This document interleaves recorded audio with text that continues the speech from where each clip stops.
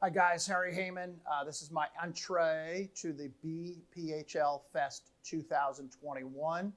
And what I'm going to submit is what I'm working on for the Feed Philly Coalition. It's a 501c dedicated to getting the whole community and food service to work together. Our specific niche is encouraging restaurants and other food servicing organizations, but specifically restaurants, to upcycle food. So food that can be used, that is normally thrown out.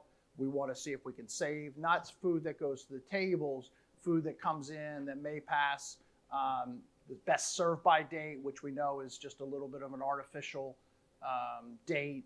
Any food that's slightly burned or maybe cooked a little past further that it can be served for the guest. Green pepper tops. Anyway, just looking at the mindset of food differently and encouraging restaurants to upcycle for a couple reasons. A, it feeds people, but also when we throw away food, it begins a vicious cycle that destroys the environment, having to pick up the trash, dump it in the landfills, the methane gas, and all that stuff. The reason why it requires us working together is A, we want restaurants to do it, but B, we want the traveling public, customers, constituents, to not go into restaurants or not support restaurants or demand restaurants to upcycle. And everybody's like, well, you're a restaurateur. Why are you saying that? I said, I'm a human first.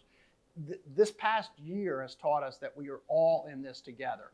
Granted, the last year and a half, we've had to look out for number one, number two, and number three, our immediate family, and that's great. I get it. But now, with the world's opening back up, we now know that we're all in this together. We're a global community, and we're certainly a community here in Philadelphia, and we have to care for one another. So I'm encouraging, my entry out there is going to be unity and collaboration in the food upcycling space for Feed Philly Coalition. Philadelphia is a great place to live and work. We just got to go to a higher mountain and make sure people know that. So people come here.